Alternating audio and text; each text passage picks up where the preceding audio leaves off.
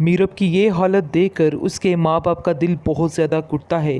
जैसे ही वो उनके पास जाती है तो उसको देखकर उनकी हालत बहुत ज़्यादा नाजुक हो जाती है और उसका बाप कहता है कि आखिर ये हालत तुम्हारी किसने की है। मैं उन लोगों को ज़िंदा नहीं छोड़ूंगा। उन्होंने आज तक मेरी खामोशी का नजायज़ फ़ायदा उठाया है।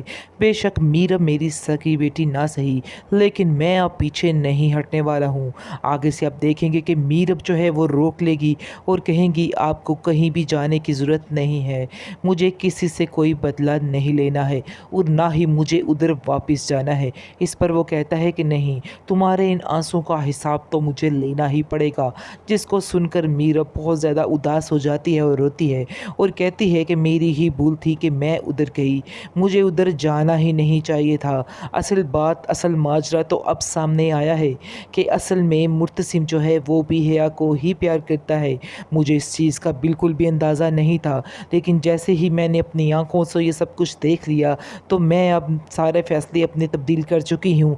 मैं वहाँ पर कभी भी नहीं जाऊँगी। इस पर आप देखेंगे कि उसकी माँ उसको कहती है कि मैं तुम्हारी हर बात मानने को तैयार हूँ, लेकिन ये सिर्फ़ और सिर्फ़ तुम्हारी गलतफ़हमी होगी, क्योंकि मुर्तसिम ऐसा नहीं है। और अगर वो हिया को पसंद करता होता तो एक मिनट ना लगता आज वो उसके साथ होती, लेकिन ऐसी कोई बात है ही नहीं। ज़रूर तुम्हें कोई ना कोई गलतफ़हमी हुई है। तुम्हें इन बातों पर परेशान होने की कोई भी ज़रूरत नहीं है। हाँ, अगर ऐसी कोई बात हुई तो हम तुम्हारे साथ हैं, लेकिन ये गलतफ़हमी भी तो हो सकती है। इस पर आप देखेंगे कि मीरब कहती है मुझे कोई पता नहीं कि क्या गलतफ़हमी है और क्या नहीं, लेकिन जो होना था वो हो चुका है। अब मज़ीद मैं कोई टेंशन नहीं लेना चाहती हूँ और ना ही मैं उस घर में दोबारा वापस जाना चाहती हूँ जिधर से मैं वापस आई हूँ। अब मैं दोबारा उधर कभी भी नहीं जाऊँगी।